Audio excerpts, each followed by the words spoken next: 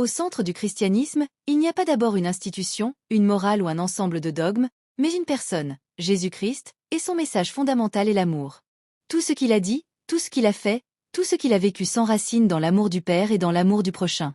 Pour comprendre la foi chrétienne, il faut donc commencer par cette vérité. Jésus est venu révéler un Dieu d'amour et appeler les hommes à vivre dans cet amour. Dans l'Évangile selon Matthieu, 22, 37-39, Jésus répond à un docteur de la loi qui lui demande quel est le plus grand commandement. Tu aimeras le Seigneur ton Dieu de tout ton cœur, de toute ton âme et de toute ta pensée. C'est le premier et le plus grand commandement. Et voici le second, qui lui est semblable. Tu aimeras ton prochain comme toi-même. Par ces paroles, Jésus ne crée pas une nouvelle loi, mais il révèle le centre caché de toutes les lois anciennes. Tout ce que Dieu demande à l'humanité peut se résumer en un mot: aimer. L'amour devient la clé de lecture de toute la Bible, le fondement de la relation entre Dieu et l'homme. C'est pourquoi saint Augustin dira plus tard: aime, et fais ce que tu veux. Non pas pour justifier n'importe quel comportement, mais pour rappeler que celui qui aime véritablement agit toujours selon la volonté de Dieu. L'amour dont parle Jésus n'est pas un simple sentiment ou une émotion passagère. Il s'agit d'un engagement profond de tout l'être, d'un choix conscient et libre de vouloir le bien de l'autre. Cet amour est actif, il se traduit par des gestes, des paroles, des attitudes. Jésus lui-même en a donné l'exemple par sa vie. Il a guéri les malades, nourri les affamés, pardonné aux pécheurs, relevé les exclus. Son amour n'avait ni frontières, ni conditions. Il aimait les riches et les pauvres, les justes et les pécheurs, les amis et les ennemis. Mais le sommet de cet amour s'est manifesté sur la croix. Là, Jésus donne sa vie pour ses amis, mais aussi pour ceux qui le rejettent. Son pardon au bourreau: Père, pardonne-leur, car ils ne savent pas ce qu'ils font, Luc 23h34, est l'expression la plus parfaite de l'amour divin. En lui, l'amour devient sacrifice, don total de soi pour le salut des autres. C'est cette dimension qui fait de la croix non pas un signe de mort, mais un signe d'amour et de victoire. Ainsi, l'amour n'est pas une simple vertu parmi d'autres, c'est la mesure suprême de la foi chrétienne. Saint Jean l'affirme clairement. Dieu est amour, et celui qui demeure dans l'amour demeure en Dieu et Dieu demeure en lui. 1 Jean 4:16. Aimer, c'est donc participer à la nature même de Dieu. C'est le signe le plus pur de la présence du Christ dans le cœur d'un croyant. Sans amour, la foi devient vide, la religion devient froide et la prière devient mécanique. Mais avec l'amour, tout prend sens, le service, le pardon, la patience, la joie. En définitive, le message de Jésus est un appel à vivre l'amour dans toutes les dimensions de la vie, envers Dieu, envers soi-même et envers les autres. Cet amour transforme les relations humaines, guérit les blessures, unit les cœurs et fait naître une humanité nouvelle. Voilà pourquoi on peut dire, sans exagération, que tout l'Évangile tient dans un seul mot: aimer. Dans le commandement de Jésus, l'amour envers Dieu occupe la première place. Tu aimeras le Seigneur ton Dieu de tout ton cœur, de toute ton âme et de toute ta pensée, Matthieu 22h37. Cette injonction n'est pas un simple appel émotionnel, mais un engagement profond et total qui concerne toutes les dimensions de l'être humain, le cœur, l'âme et l'esprit. Aimer Dieu de tout son être signifie faire de lui le centre de sa vie, la source de ses actions, de ses choix et de ses aspirations. 1. Aimer Dieu de tout son cœur. Le cœur représente le centre des émotions et des désirs. Aimer Dieu de tout son cœur, c'est le placer au centre de sa vie affective. Cela implique de lui confier ses joies, ses peines, ses passions et ses motivations profondes. L'amour du cœur se traduit par une relation personnelle, intime et sincère avec Dieu, nourrie par la prière, la méditation des Écritures et la louange. C'est une relation vivante, où l'on cherche non seulement à recevoir de Dieu, mais à lui offrir toute son affection, sa confiance et sa gratitude. 2. Aimer Dieu de toute son âme. L'âme représente la vie intérieure, l'essence même de l'être. Aimer Dieu de toute son âme, c'est l'aimer dans sa profondeur, au-delà des émotions passagères. C'est chercher à aligner ses choix et ses comportements avec sa volonté. L'amour de l'âme se manifeste par la fidélité à Dieu dans les épreuves, par le respect des commandements et par la volonté de grandir dans la sainteté. Cela inclut aussi le détachement des choses matérielles et éphémères pour se tourner vers ce qui est éternel et spirituel. 3. Aimer Dieu de toute sa pensée. L'esprit ou la pensée représente la capacité de comprendre, de réfléchir et de discerner.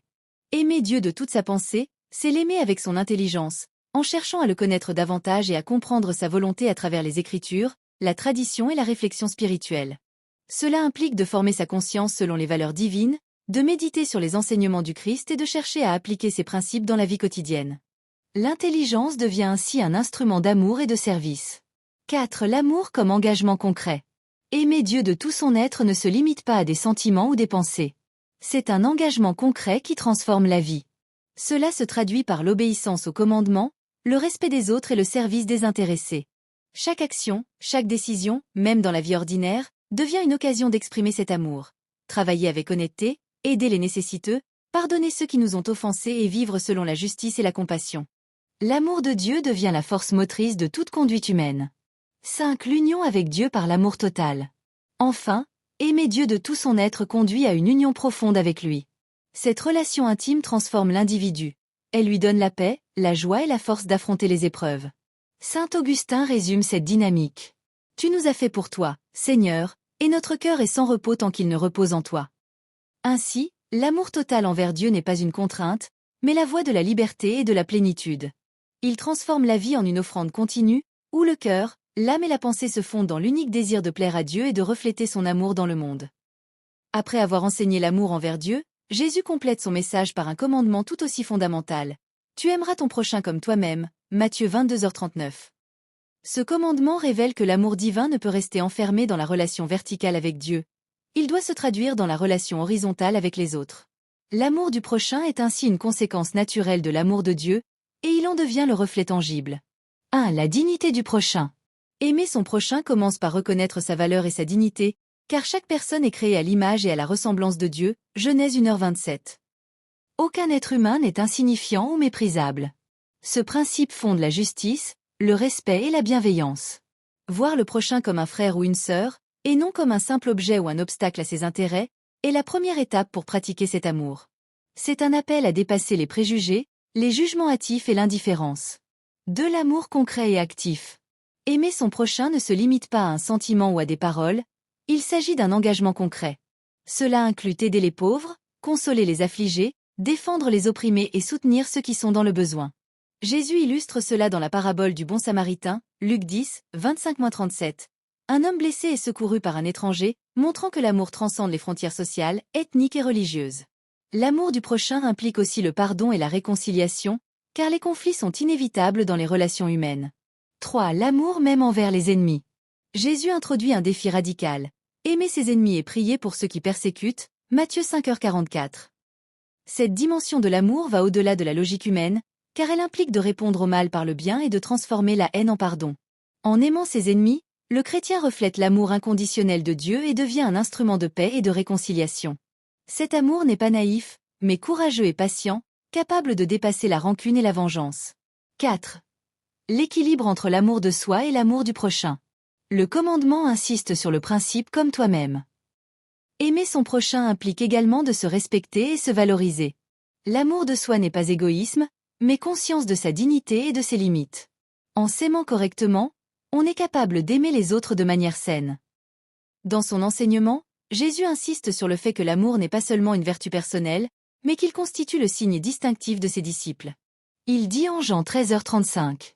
« C'est à l'amour que vous aurez les uns pour les autres que tous reconnaîtront que vous êtes mes disciples. » Ainsi, l'amour vécu au sein de la communauté chrétienne devient le témoignage visible de la présence du Christ dans le monde. Il ne s'agit pas seulement de convictions intérieures ou de rituels religieux, mais d'une action concrète et relationnelle, qui se manifeste dans les attitudes, les gestes et la vie quotidienne des croyants. 1. L'amour comme preuve de la foi. Pour Jésus, la foi authentique ne se mesure pas aux paroles, aux rites ou aux connaissances religieuses, mais à l'amour que l'on manifeste envers les autres. Un chrétien qui affirme croire en Dieu mais qui vit dans l'indifférence, l'injustice ou l'égoïsme ne témoigne pas de l'Évangile. L'amour devient donc la preuve tangible de la foi, car il transforme le cœur et les comportements.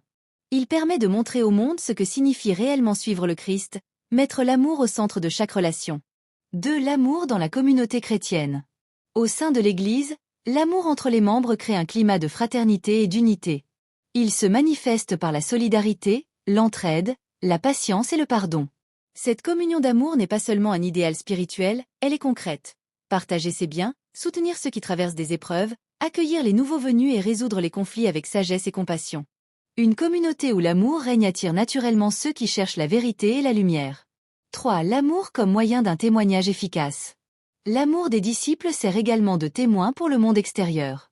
Jésus souligne que ce sont précisément les relations marquées par l'amour qui font connaître le message chrétien. Un monde souvent divisé par l'égoïsme, la haine ou l'injustice reconnaît la valeur de l'Évangile lorsqu'il voit des hommes et des femmes vivre dans le pardon, la justice et la charité. L'amour devient alors un langage universel, compris par tous sans besoin de mots. 4. L'amour exige engagement et cohérence. Être reconnu comme disciple par l'amour ne signifie pas un amour superficiel ou occasionnel. Il demande un engagement quotidien, de la constance et une cohérence dans les actes et les paroles. L'amour se vit même dans les situations difficiles. Face aux conflits, aux incompréhensions, aux offenses, le disciple doit chercher à rétablir la paix et à agir avec compassion. Cet amour est donc actif et courageux, il reflète le Christ qui a donné sa vie pour les autres. 5. L'amour, signe de transformation intérieure. Enfin, l'amour des disciples témoigne d'une transformation intérieure opérée par la grâce de Dieu. Il montre que la personne n'est plus simplement guidée par ses instincts ou ses désirs personnels, mais par l'esprit qui habite son cœur. Cet amour n'est pas parfait, mais il grandit progressivement et devient une marque durable de la présence du Christ dans la vie humaine. Il transforme non seulement celui qui aime, mais aussi ceux qui reçoivent cet amour, créant un cercle vertueux de charité et de paix. Ainsi, l'amour des disciples n'est pas un simple idéal moral. Il est la signature visible de l'Évangile dans le monde. Par cet amour, les chrétiens incarnent le Christ, manifestent la vérité de la foi et construisent des relations humaines fondées sur la dignité, la justice et la compassion.